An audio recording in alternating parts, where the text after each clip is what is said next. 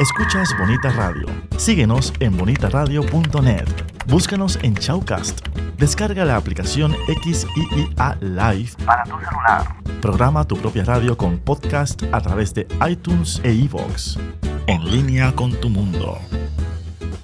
Las expresiones vertidas en el siguiente programa no representan necesariamente la opinión de Bonita Radio. Las opiniones son exclusivas de sus autores. Bienvenidos a Puerto Crítico, un puerto seguro para la crítica, desde el amor y la alegría, desde el compromiso y la solidaridad. Un espacio de análisis y debate donde la ciudad y el pensamiento crítico son protagonistas.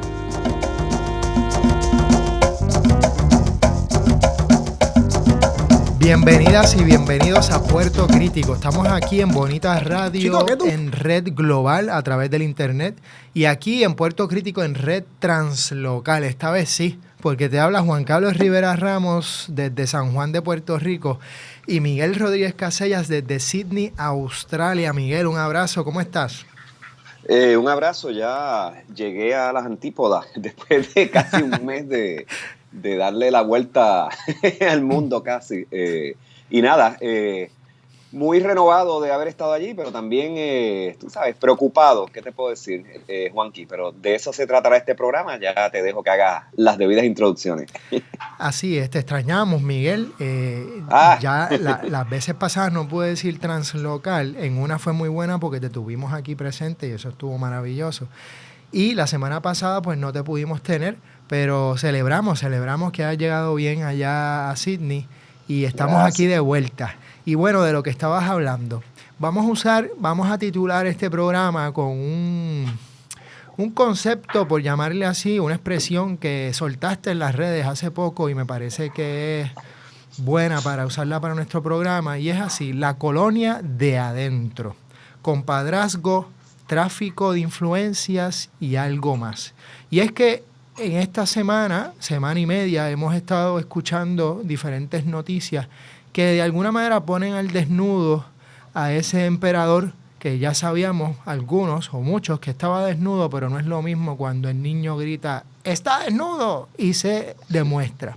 En otras palabras, estamos hablando, como dijimos, del compadrazgo, del tráfico de influencias, del privilegio y cómo se reproduce a través de las instituciones del Estado, en este caso. De alguna manera podríamos decir que podemos trazar una línea no necesariamente directa, pero tal vez sí, tal vez directa e histórica, de la finca o la hacienda al bufete y en este caso a la Universidad de Puerto Rico. Y por eso le hemos puesto a este programa ese título, La colonia de adentro. De alguna manera para no solamente señalar a las fuerzas que sabemos son importantes a la hora de nuestro análisis, ¿no? Esas fuerzas macro o externas que son fundamentales en la realidad que vivimos, como el neoliberalismo, ¿no? El capitalismo financiero y también el colonialismo estadounidense, pero queremos señalar también que también hay mucha complicidad, hay mucha reproducción de las élites criollas. Y yo creo que en esta semana eso se ha demostrado y se sigue demostrando a través pues, de algunos escándalos que han salido y que de alguna manera muestran solamente la punta, por llamarle así, del témpano de hielo o del iceberg, pero que son muy reveladoras. Y nos estamos refiriendo específicamente en este caso a todo lo que ha surgido alrededor de las becas presidenciales de la Universidad de Puerto Rico. Y tendríamos que hablar luego también sobre la confirmación de la nueva presidenta del Tribunal Supremo de Puerto Rico, Maite Oronoz. Así que, ¿cómo comenzar, Miguel? ¿Cómo empezaríamos a hablar de esto? Pues mira, sí. Dale, bueno, pero yo digo que es que sí, estoy como que abrumado un poco de todas las cosas que uno está leyendo, ¿no? Porque son nombres que aparecen una y otra vez y demás, y entonces pues siempre son temas que se pueden tornar pues en discusiones personalistas y empezar aquí, tú sabes, el desfile de denuncias con nombres y apellidos y demás, que yo creo que, mira, algo de eso sí hay que hacer. Yo creo que hay mucha invisibilidad aquí de los protagonistas y de cómo se dan las cosas que requiere pues nombre. Pero más allá de eso, Juanqui, yo quería tirar como un primer comentario para ver cómo lo trabajamos. Que muchas de estas cosas, o sea, la cobertura mediática, pues enfatiza casi que este aspecto de filme oscuro, donde hay, tú sabes, puertas cerradas, se dan conversaciones y tú me recomiendas a este, yo te recomiendo al otro, en el caso de las becas, los nombramientos y demás, y toda esta cosa, como que se le da todo una especie de barniz de intriga con atmósfera, tú sabes, acorde. Y la realidad es que muchas de estas esferas de privilegio o de opresiones que operan desde adentro, adjudicando quién tiene acceso a o quién no, se dan dentro de ambientes de mucho afecto, de mucho cariño, de mucho reconocimiento de relaciones familiares, incluso hasta de un sentido cuasi mesiánico, de que hay una misión con salvar pues estas inteligencias que tenemos en nuestras familias para que adelanten el país. Porque imagínate, aquí tanta gente tan bruta, porque lo dicen así mismo, aunque no lo articulen de frente, pues tenemos que separar a los inteligentes, a esos muchachos y muchachas que tienen capacidad, porque yo los conozco, son buenos.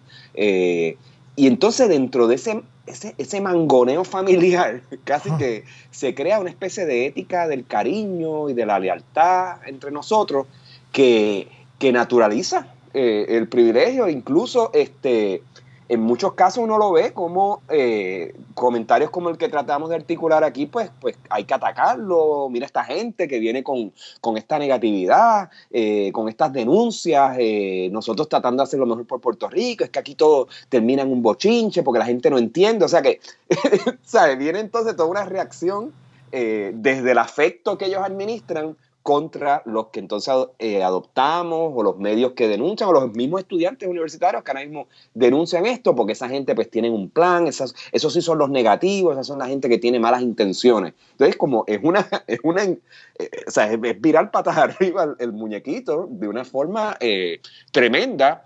Y a veces pienso, Juanqui, que de verdad desde las redes de afecto, desde donde se ejerce esto, muchas de estas personas no se dan cuenta que son parte de un esquema terrible e incluso lo justifican.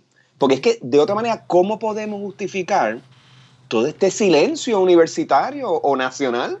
O sea, y claro, las redes están que están haciendo mucho ruido, pero en general, más allá del ruido, Juanqui, hay que resaltar una vez más el silencio. O sea, no sé, ¿cómo tú lo ves? No, yo creo que tienes un punto buenísimo. Fíjate, en las mismas redes sociales alguien comentaba cómo para las vistas de cuando se nombró a la ahora jueza presidenta del Tribunal Supremo, cuando se le nombró para el Tribunal Supremo, se hablaba de cómo allí mismo, ¿no? Se hablaba de cómo se le veía desde chiquita que iba a lograr ser una gran persona, una gran funcionaria, etcétera, etcétera, como el cariño desde la amistad desde pequeños, uno podía ver que iba a tener un gran futuro. O sea, es impresionante en ese sentido, y esto estamos hablando de personas, no de sus padres, etcétera, que los invitaron a hablar y ya, sino de gente dentro del mismo Tribunal Supremo, en la política, etcétera. O sea, que de alguna manera se ve con una naturalidad brutal lo que tú acabas de plantear, esa ética de cariño que tú mencionaste. En un momento, fíjate, ahora que tú dices eso, a mí me invitaron a hablar precisamente sobre la corrupción en el momento que se le estaba atacando. No sé si te acuerdas el juicio que se le estaba haciendo a Aníbal Acevedo Vilá. Y precisamente yo mencionaba las políticas de la amistad, porque en uno de los bufetes y ¿cómo era? Y en Hui algo y Associates y asociados, habían amistades directas del gobernador en ese momento. Y como los bufetes aquí, algunas instituciones del gobierno, bufetes, corporaciones, etcétera, todo esto son familiares que, otra vez, como tú bien planteas, o sea, estos son gente que se ve desde pequeños, muchos de ellos van a los clubes sociales, ya sea el Caparra o ya sea el que sea, se van a vacacionar juntos, se ven en los mismos trabajos y bueno, es muy natural, es muy normal y como tú bien dices, ni se lo cuestionan. Y de alguna manera se indignan precisamente cuando uno señala, que es lo que yo creo que estás planteando. Y yo creo que también ese es parte del asunto, que es tan natural, el pez no ve el agua, y entonces una vez se le señala, empiezan los problemas. Pero también, como bien dice, los silencios. Ya se está diciendo, y es muy interesante porque yo creo que esto en parte le hago a la fiesta al PPD, en parte, aunque uno quisiera que haya todavía mucho más ruido. Se estaba diciendo y se ha planteado, y nosotros lo hemos planteado aquí, se ha planteado en muchos lugares, que cuando el PPD está gobernando hay un silencio enorme. No hay protestas o nadie dice nada o muy poco. No hay que tampoco ser tan categórico, ¿no? Pero no hay grandes huelgas, no pasa casi nada. Y ahora esto se destapa en un momento bastante difícil, porque se acercan las elecciones y demás, y de alguna manera se le agua la fiesta. Habría que ver si esto va a crear algún tipo de protesta y si se van a atar cabos y hacia dónde va. O sea, me parece interesante que, como bien dices, esto no se ve como algo tras bastidores, sino que es algo como funcionan las cosas y como siempre han funcionado, ese tipo de compadrazgo que al fin y al cabo, como la palabra sugiere, presenta un tipo de relación familiar, ¿no? Casi de sangre, aunque no es necesariamente de sangre, entre estas personas, y por supuesto que yo voy a ayudar a los míos. Sí, ¿no? Y entonces, pues, añádele a eso también, pues, yo digo, la ética de clase media del padre ejemplar, buen proveedor, cuyas decisiones o actuaciones en la vida pública profesional se justifican siempre y cuando, pues, adelanta el bienestar de la nena, de los nenes, de la esposita, de la casa, y hay como que una especie de validación de cualquier maroma.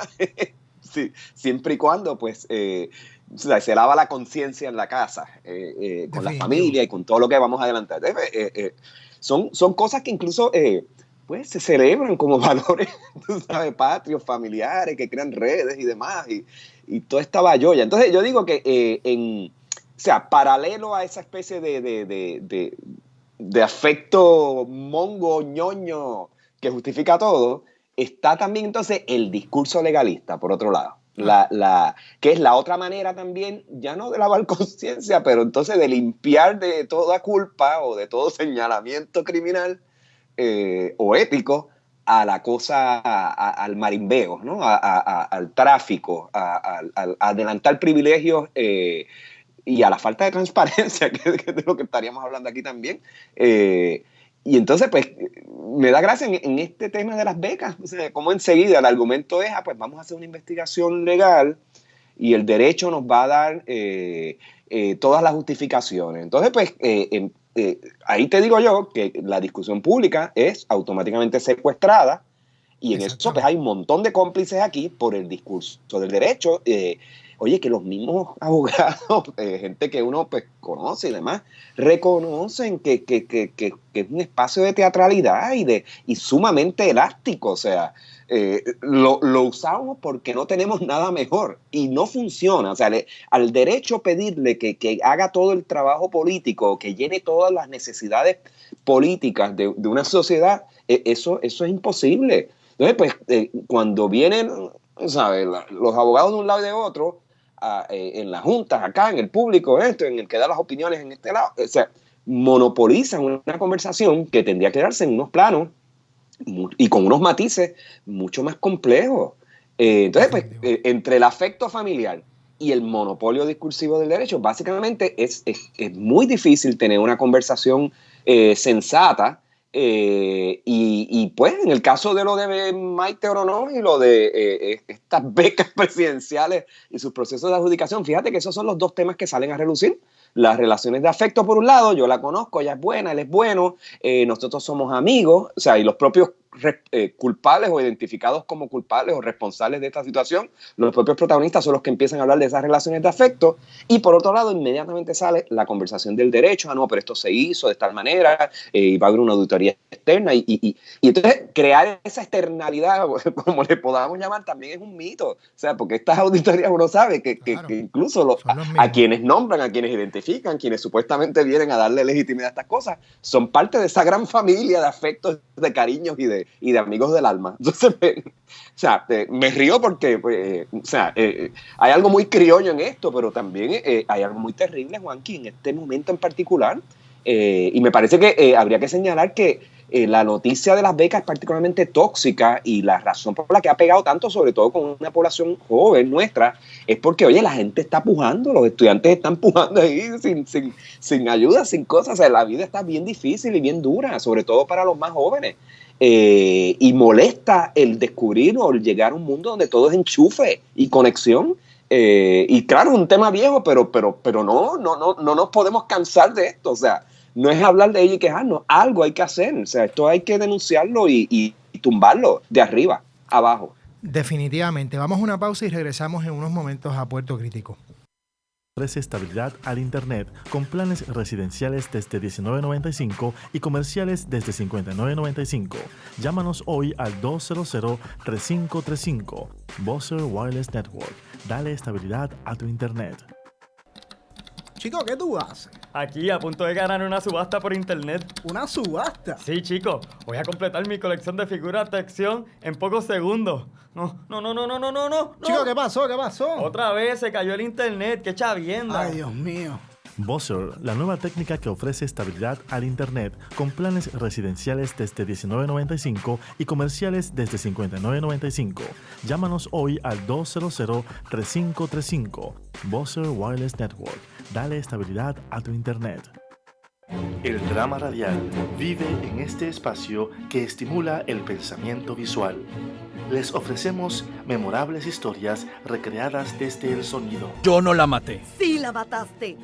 Ella huía de ti, de tus celos, de tus miedos. Thus speaking, Fortunato possessed himself of my arm.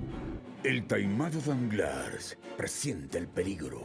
Drama oral, miércoles y sábados a las 8 de la noche por Bonita Radio. Y regresamos a Puerto Crítico hablando de la colonia de adentro, compadrazgo, tráfico de influencias y más en el Puerto Rico de hoy. Miguel, me parece que estabas hablando de varios puntos que son bien necesarios volver a ellos. Número uno, el contexto, que lo hace todavía más duro. Y yo creo que ese es un punto fundamental. O sea, estamos viviendo unos momentos de precariedad muy claras. Y los estudiantes y las estudiantes hoy en Puerto Rico, en universitarios, obviamente se las están viendo bien difícil en comparación a los otros estudiantes que hubo en otras generaciones.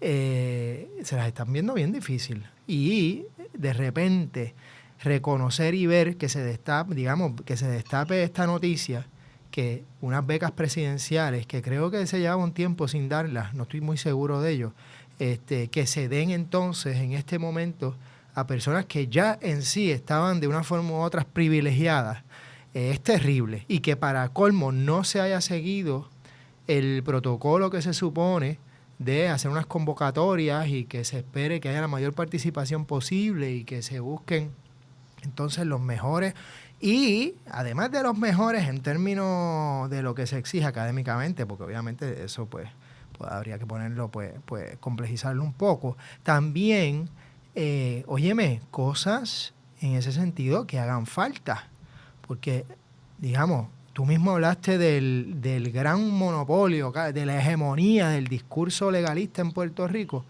Vamos a seguir dándole becas a más abogados, vamos a seguir dándole becas y en este caso yo no sé cuántas becas se le han dado a arquitectos, habría que ver, pero qué tipo de arquitectura, qué tipo de urbanismo es el que, porque urbanismo es una palabra también, que creo que una de las personas que iba a estudiar era urbanismo, una palabra bien ambigua. Tú sabes por dónde es que se van esas especialidades. Realmente esas especialidades son necesarias, etcétera. O sea, que estamos hablando de muchas cosas aquí, pero sobre todo de lo que nos queremos enfocar, evidente, ¿no? Es el privilegio de cómo se sigue reproduciendo y cómo en este contexto es todavía más violento, porque la precariedad la está viviendo todo el mundo y muchos estudiantes están luchando para mantenerse, digamos, vivos como estudiantes. Así que vamos a ver qué ocurre en términos de cómo esto se politiza y como bien tú has dicho, también es difícil porque rápido lo quieren sacar de esa discusión, de la discusión ética, que inevitablemente entonces lleva a unas propuestas políticas, porque una vez tú lo legalizas, pues otra vez desaparece de ese, digamos, desde ese foro mucho más abierto y mucho más democrático, que es otra cosa que quisiera plantear. O sea, estos son ejemplos bien claros de cómo otra vez la democracia se la pasan por donde no les da el sol a nivel local. No estamos hablando ahora de juntas federales, no estamos hablando ahora del Fondo Monetario Internacional, que sí lo reconocemos, obviamente, lo hemos dicho miles de veces. O sea, estamos hablando de lógicas de clase, de reproducción de clase, lógicas de reproducción de privilegios, que en el caso de la universidad, pues también hay muchos de las, digamos, grupos académicos que de alguna manera participan de esto de manera directa o indirecta. ¿Cómo esos silencios van a estar ahí o no? Es lo que quisiéramos ver en esas discusiones, en esas reuniones en los senados académicos, en esas reuniones con los estudiantes, en esas reuniones más allá con la comunidad fuera de la universidad. Y yo creo que ese tipo de discusión es importante. Otra cosa que me parece interesante, que esto conecta con un artículo precisamente que salió hace poco, que desarrolló Ian Seda Irizarry, me parece su segundo apellido, y Argeo Quiñones, sobre precisamente la realidad actual en Puerto Rico y cómo, sin duda alguna, hay que mirar las políticas neoliberales a nivel mundial que afectan a todo tipo de territorio y país, sea soberano o no soberano, desde una perspectiva jurídica. Sin duda hay que mirar la relación colonial entre Puerto Rico y los Estados Unidos, pero eso no agota la discusión. Hay que mirar también necesariamente cómo esa colonia interna o esa colonia de adentro, como tú bien planteas, se reproducen las prácticas de corrupción, se reproducen las prácticas de privilegio y en la desigualdad social, que cada vez es más burda. Y déjame decir... Y con mucho afecto. Ajá, adelante, sí.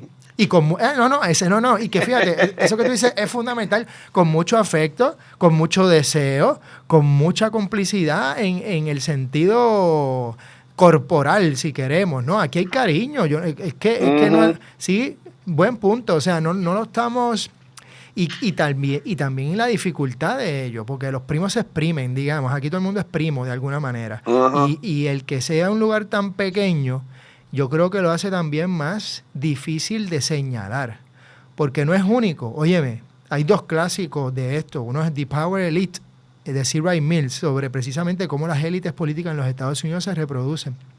Y otro es La nobleza del Estado, de Pierre Bourdieu, en Francia, que es precisamente también cómo las élites se reproducen a través del Estado, etcétera. Pero en Puerto Rico esto se vive de una manera posiblemente mucho más, posiblemente no, mucho más cercana, de una manera mucho más cariñosa, como tú dices. Y te iba a decir, Juanqui, que hay una forma también muy universitaria de reproducir esquemas de poder y relaciones, que es el monopolizar la definición de la inteligencia, de qué es inteligencia, y el seleccionar qué tipo de inteligencia vamos a adelantar y a qué tipo de discurso le vamos a adjudicar el valor inteligente. Más allá del utilitarismo de cómo le funciona al país o a la profesión, qué sé yo, es una manera de pensar, una manera de organizar el pensamiento que se selecciona de una manera no natural para que prevalezca. Y así a veces se da hasta en el proceso inocente de identificar un núcleo de profesores, quiénes son los mejores estudiantes, los que vamos a adelantar y demás. Y traigo esto porque a pesar de que, tú sabes, le damos con el mollero al monopolio discursivo del derecho y del discurso de la abogacía y demás, hay que reconocer que esto de las becas presidenciales, antes de que los estudiantes, ¿verdad?, ya en el consejo y demás, lo convirtieran en un tema muy hábilmente, y haciendo trabajo político del bueno, o sea, porque aquí no estamos en contra del trabajo político, estamos en contra de las cosas que se hacen fuera de transparencia y fuera del radar de la discusión pública y demás. Pero esto salió de unas reuniones de facultad en Derecho, de profesores que manejan, y sí, abogados, hay que decirlo, profesores de Derecho, que manejan también unas inteligencias que se salen de estos moldes, que reconocen unas tangencias en discursos en la filosofía, en las ciencias sociales en general, incluso en la crítica literaria, en muchísimos otros lugares, en la teoría política, y incorporan eso a la conversación. Y de estos profesores, o sea, los primeros indicios de que aquí algo apestaba se dieron en conversaciones y en expresiones que uno vio hasta en las redes sociales, de gente que uno respeta precisamente porque no son continuadores de esta especie de selección no natural de las inteligencias de los herederos del poder que van a reproducir el sistema. Y eso hay que decirlo, o sea, porque entonces, dado que a veces nos critican que en este programa, tú sabes, señalamos y no damos alternativas, pues mira, si quieren alternativas, si quieren medidas para intervenir a estas cosas de cuajo, vamos a empezar por ampliar el repertorio de cuáles son las inteligencias que nosotros vamos a promover en este país y le vamos a adjudicar posiciones de liderato o espacios de protagonismo discursivo y de otro. Porque la gente está, o sea, la gente que representan alternativas están, y creo que esto empieza a limpiarse si ampliamos el círculo también de opinantes. Y claro, la realidad en Puerto Rico es distinta. Usualmente las opiniones así disidentes o la gente que trae estas cosas, incluso esos profesores en esa reunión de facultad, a lo mejor hoy son tildados de problemáticos, de gente problemática, ¿verdad? Gente difícil y demás. O en el caso tuyo y mío, y digo, no nos ponemos en el mismo sitio, pues siempre nos viene con el ataque ya pues, trillado de que incluso los aburrimos, ¿verdad? De que esta conversación aburre. De que hablar de estas cosas, ay Dios, pero es que esto aburre, esto es toda una queja, tú sabes.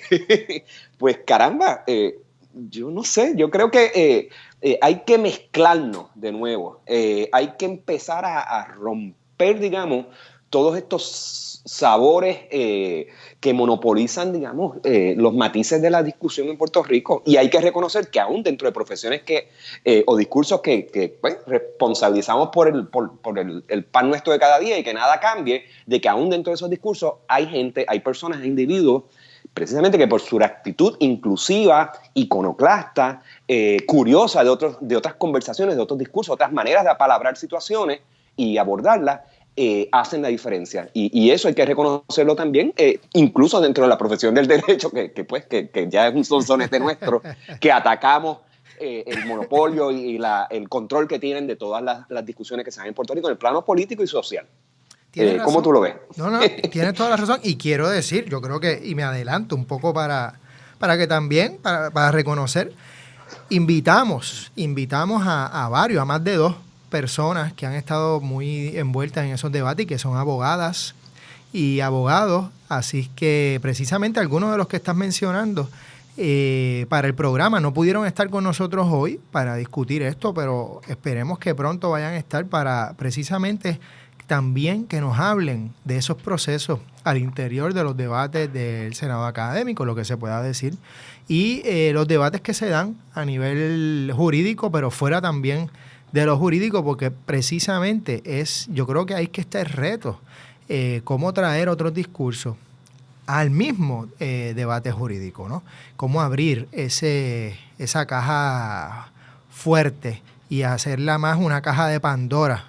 Pun intended, por cierto, recordamos a Rosario Ferré ahora que lo dices. Y hablando precisamente de las élites que se reproducen de alguna forma, aunque de maneras complejas. Y lo que estás diciendo, Miguel, me parece importante, definitivo.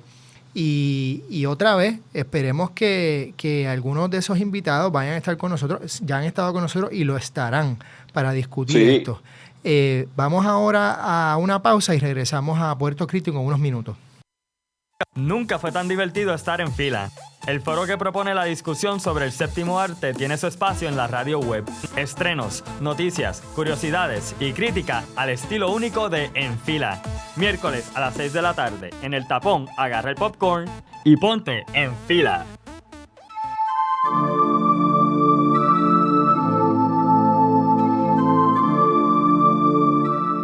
La vía al crecimiento es universal. Gisela López abre un espacio para que puedas tener acceso a los temas de la espiritualidad desde sus distintas manifestaciones. 2 miércoles al mes a las 7 de la noche. Por aquí, por Bonita Radio. En línea con tu mundo.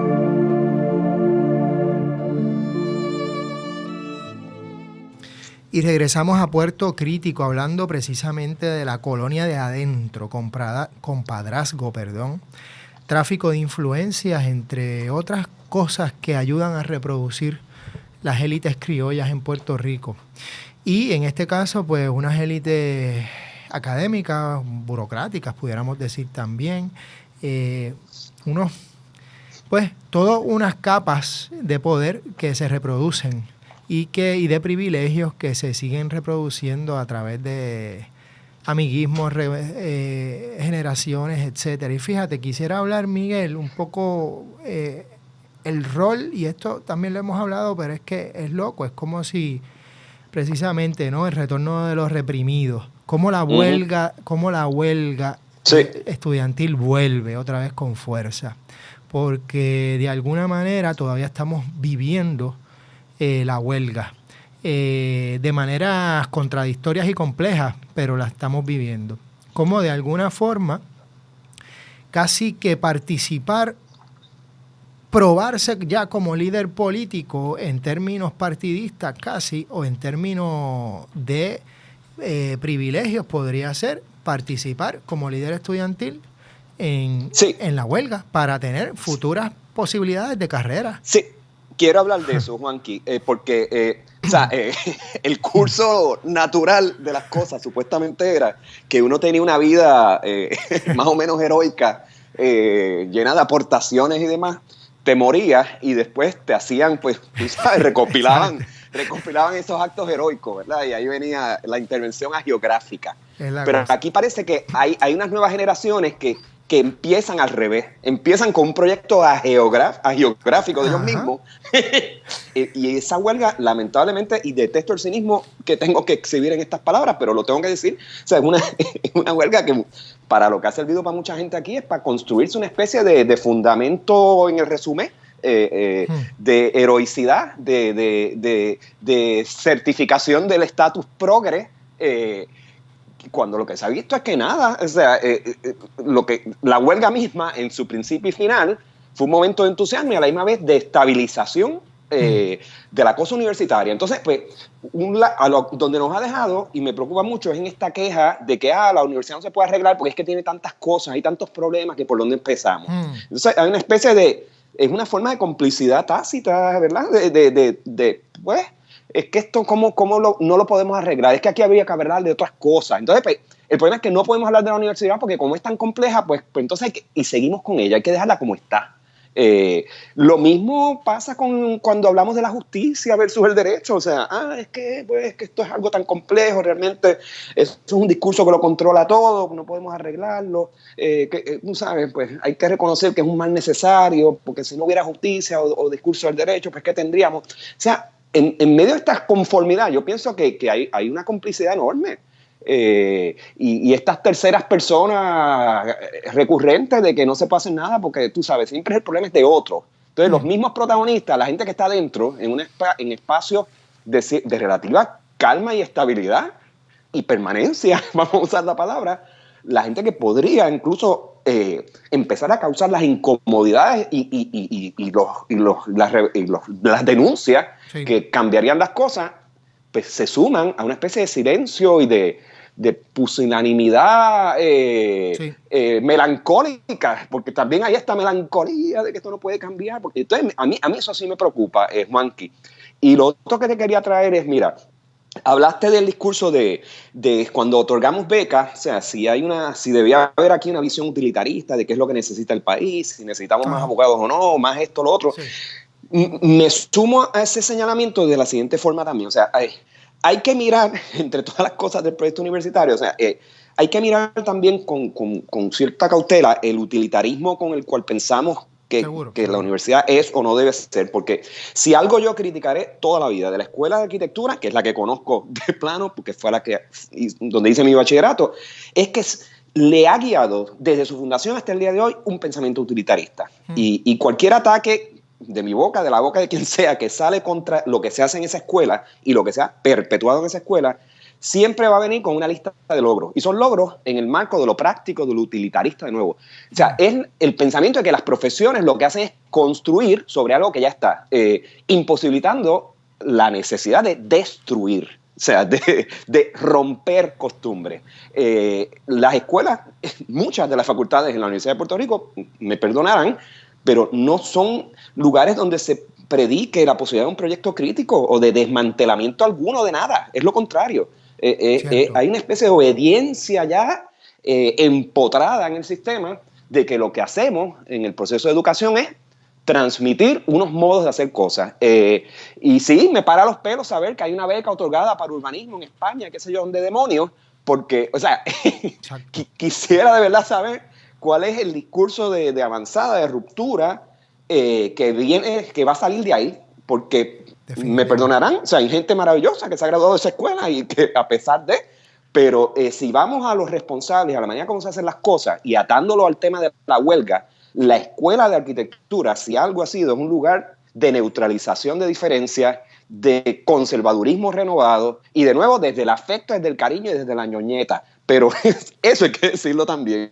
Y digo el ejemplo de la Escuela de Arquitectura, pero aplica a muchísimos otros departamentos, Juanqui, bueno, donde o sea, perdóneme, pero donde debía haber una violencia creativa y una ruptura o la posibilidad de educar para la ruptura, sencillamente lo que se hace es perpetuar unos mismos modos de pensar, unos mismos modos de apalabrar, y los estudiantes desde bien temprano reciben el mensaje de que para salir bien aquí hay que enchufarse a tiempo. Y uno se enchufa dando los indicios de que uno piensa, de que uno milita en las mismas causas, en las mismas ideas que tus jefes o profesores, vamos a llamarles, militan. Entonces, perdóname, eso no es un espacio de libertad, ni de emancipación, ni de adelantar demonios, ni nada. O sea, eso es una prisión. O sea, y de eso hay que hablar también, porque hay un cambio que sí se puede empezar entre los mismos protagonistas de ese sistema universitario, entre muchas de esas personas que admiramos, que queremos, que entendemos, que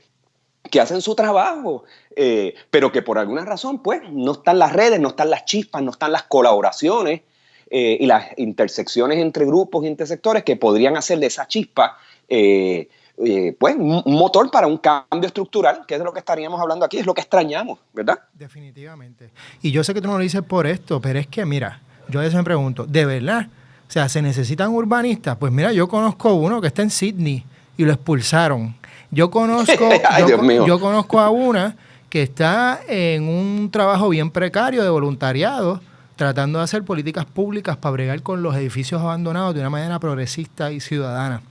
Yo conozco otra que creo que está sin trabajo, que tiene un blog de lo más interesante crítico. Es decir, hay gente que vive en la precariedad, pero que no está dispuesta y dispuesto a seguirle el jueguito precisamente a lo que tú estás planteando, esa reproducción, a esos profesores, a que todo cambie para que siga igual. Y entonces, te voy a dar otro ejemplo. O sea, yo tengo un buen amigo que sí le dieron una beca presidencial hace años, y nada que ver con hijo de quién, porque hijo de sus padres, su madre, digamos, no tiene nada que ver con privilegios, y le dieron la beca presidencial. Tal vez el único africanista con doctorado en estudios africanos en Puerto Rico, que tal vez el único. Hoy por hoy es maestro en CPN, en el Colegio Puertorriqueño de Niñas, porque jamás esa beca presidencial le dieron seguimiento y ni le dieron trabajo relacionado a la beca presidencial. Y nuevamente, no es que esto sea una garantía, pero caramba, uno diría, un africanista en el Caribe, reconociendo con toda la población afrodescendiente que tenemos, toda la importancia que tiene unas miradas no occidentalistas, etcétera, etcétera, etcétera. Nada que ver. ¿Por qué? Porque tampoco reproduce ese seguir haciendo las cosas como siempre. O sea, que hay muchas contradicciones en todo esto. además de lo del privilegio que estábamos hablando. Y yo creo que son debates que se tienen que dar, cuál es la universidad que queremos. Y obviamente en este caso pues estoy abogando también por precisamente unas miradas críticas, unas reflexiones teóricas, unas miradas que también pongan a las humanidades y otro tipo de visiones en el centro y no desplazadas, ¿no? Como es ahora. En fin, son otros proyectos de universidad que tienen que chocar y tienen que debatirse, sí, pero no se da. Y el agonismo, Juanqui, o sea, tal cual. Facultades, sí, las facultades y los protagonistas del proceso universitario tienen que ser personas también que debatan y que oye, se den duro unos a otros con ideas conflictivas, y esa discusión no se da. O sea, yo vuelvo a pensar, o sea, el escenario de la segunda parte de la huelga se disolvió por muchas razones, eso no ha sido discutido públicamente, pero yo sí tengo claro que hubo un escenario, y fue la Escuela de Arquitectura un día, donde me acuerdo que se dio el sopetazo de agua a la rectora de entonces, sí. Y de momento unas expresiones muy conservadoras, muy de vamos a irnos todos a casa y a disolver esto, muy unilaterales también en su enfoque, que es lo contrario al debate, a la conversación, a la mezcla de ideas, a las violencias positivas y necesarias, o sea, los actos de destrucción necesarios que tienen que darse también para que una sociedad pueda plantearse un proyecto de superación, de emancipación o de lo que sea. Y sí, hay que hablar de eso. O sea, en el momento en que las facultades empiezan entre sí a crear nudos de complicidad y de silencio y no de lugares de conversación, de debate, de conflicto, pues ahí tenemos un problema, Juanqui. Definitivamente. Vamos a una pausa y regresamos en unos momentos a Puerto Crítico. Saludos, mi nombre es Sixto Isaac Ortiz del programa El Pajeo Musical. Usted se preguntará, ¿y qué rayo es eso del pajeo? Sencillo, es básicamente un programa en donde tocamos todo tipo de música, desde jazz, rock, música electrónica, hip hop, hacemos trivia, hacemos juegos, hacemos preguntas, incluso yo a veces me voy en un viaje y toco hasta música retro. Para que vea, el pajeo significa específicamente eso, irnos en un viaje musical. Así que si te parece bien la idea, puedes escuchar el programa todos los martes y jueves de 10 a 12 de la tarde, como también puedes escucharlo los martes de 7 a 9 de la noche. Así que si te gusta, no tienes excusa, puedes escucharnos a través de bonitaradio.net y la aplicación de TuneIn Radio desde tu celular. Y regresamos a Puerto Crítico, aquí en Bonita Radio, hablando sobre la colonia de adentro, compadrazgo, tráfico de influencias y más en el Puerto Rico de hoy. Y Miguel, hemos mencionado la universidad. Yo quisiera también tocar, y lo hemos tocado por encima, pero a mí me parece, fíjate, bien, no digamos irónico, bien sintomático, que una de las justificaciones para digamos, declarar, sí, básicamente declarar fast track a la nueva presidenta del Tribunal Supremo de Puerto Rico, es que iba a haber un proceso antidemocrático de parte del Partido Nuevo Progresista a través de los jueces del Supremo, que son mayoría, los que fueron nombrados por Fortuño, para básicamente arrebatarle el poder que tiene el gobernador de declarar quién es el presidente del Supremo. En otras palabras, vamos a hacer algo totalmente antidemocrático para justificando de que se estaba atacando a la democracia. Es decir, se estaba atacando a la democracia, pues nosotros vamos a hacer algo todavía más antidemocrático. Aquí no hay ningún tipo de debate, aquí simplemente se va por descargue y esta persona va a ser la presidenta del Supremo. Entonces, varias cosas. Uno, está el factor de la democracia, el factor de la discusión, el factor del debate, que precisamente lo que estabas planteando para la universidad me parece que es fundamental que se dé también para a quién se va a escoger en el Tribunal Supremo, porque bien sabemos que eso va a tener unos efectos claros a través de los años. Y más en este caso, porque estamos hablando de una persona que, bueno, las expectativas de vida, pues obviamente es una persona bien joven, así que a los 39 años, pues va a estar ahí como 30 años fácilmente, por un lado. Y por otro lado, pues lo que es evidente también, y que se ata a lo que estábamos hablando con la universidad, pues la reproducción de los privilegios, en este caso pues el abolengo, ¿no? Porque es una persona que viene de una clase social pues privilegiada en Puerto Rico, y que eso ya lo habíamos, ya aquí habíamos discutido ese tema cuando lo habían nombrado. ¿Cómo empezar en esta discusión? Obviamente dentro de esto está la cuestión de las políticas de identidad, o sea, ¿celebramos o no celebramos? ¿Y cómo lo celebramos o no? El que, pues obviamente, en este caso, Maite Orono, por lo que se ha distinguido o la prensa ha querido distinguir y los diferentes movimientos en pro de los derechos LGBT, es que no solamente es mujer, sino es mujer abiertamente lesbiana, y que eso, pues obviamente, de alguna manera tiene un efecto simbólico. Más allá de eso, pues obviamente están los debates. Que estamos hablando del privilegio. ¿Cómo entrarle a esto? ¿Cómo tú entrarías? Pues mira, mi primera línea es suspicacia. Okay. Juanqui, yo creo que la evidencia más grande de que en Puerto Rico hay algo que apesta en el proceso en el ejercicio de la justicia, entre comillas, es el verlos tan arrinconados unos y otros peleando por tener el monopolio de ese espacio del Supremo. O sea, cuando uno ve esa obsesión entre dos bandos políticos, es obvio que aquí, o sea, no es el privilegio de controlar, qué sé yo, 138 millones de administración de un departamento. Aquí hay mucho más. Aquí hay que empezar a hablar de la posibilidad muy real, los abogados lo saben, lo dicen todo el tiempo a puerta cerrada, de que aquí la justicia se manufactura para beneficiar unos intereses. O sea, de que aquí la supuesta neutralidad del derecho, de un aparato que funciona como un reloj suizo, y Ave María, se escuchan las partes y se decide desde un punto de vista positivo y usando el más riguroso ejercicio de la tecnicalidad del derecho y de esa basofia. O sea, la realidad es que ya estamos viendo que aquí se acomodan cosas con llamadas de teléfono, y que las cortes no son necesariamente los antídotos, sino son los gestores de esa especie de conveniencia negociada.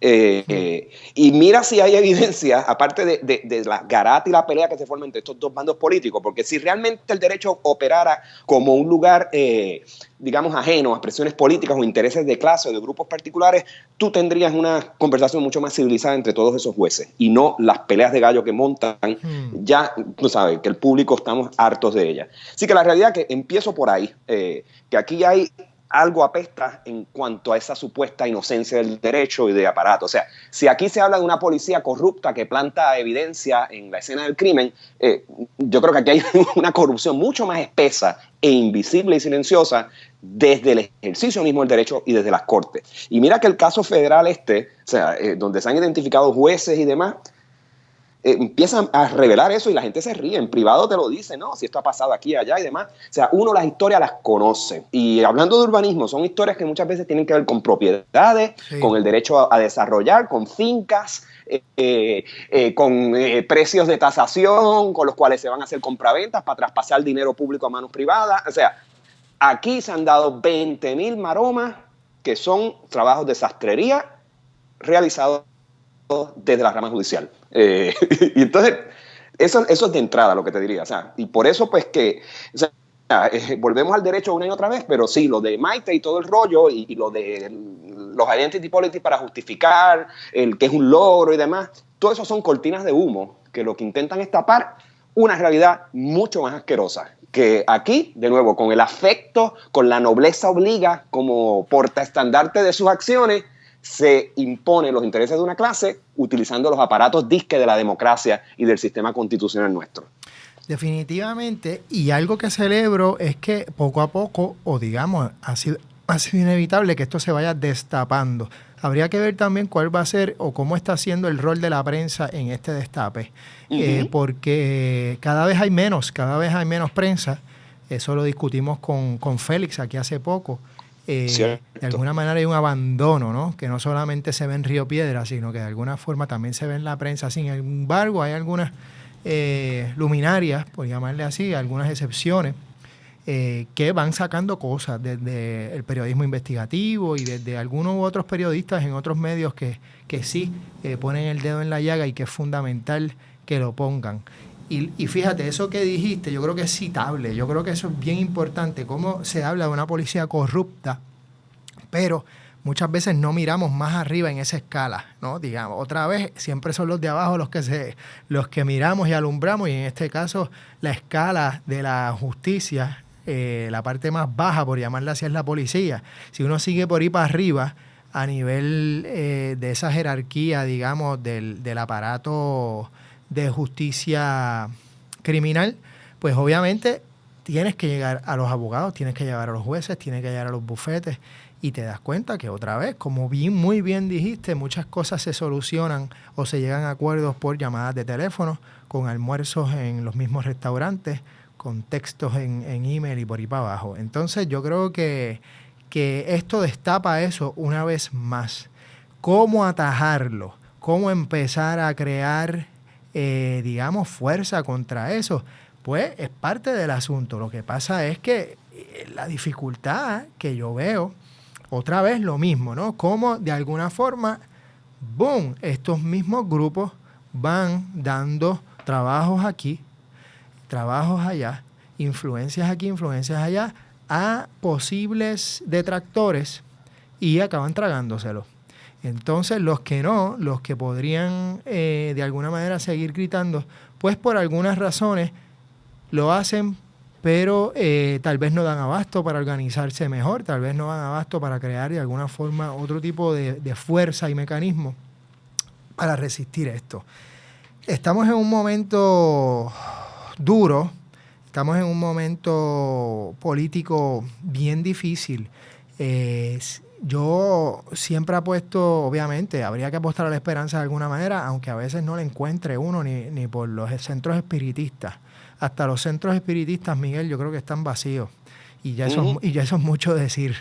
Y entonces habría que ver cómo manejamos esto. La vez pasada, el movimiento estudiantil de alguna manera sirvió de uno de las fuerzas, digamos, que protestaban y demás. Como hemos dicho aquí, eso ha servido, eso tiene su lado positivo y también su lado bastante problemático. Habría que ver cómo eso se muestra este año, en año de elecciones. Yo no sé lo que va a pasar, obviamente, no sabemos, aquí no somos gurús del futuro ni astrólogos, pero pues habría que ver, hay que seguir machacando y chavando con J.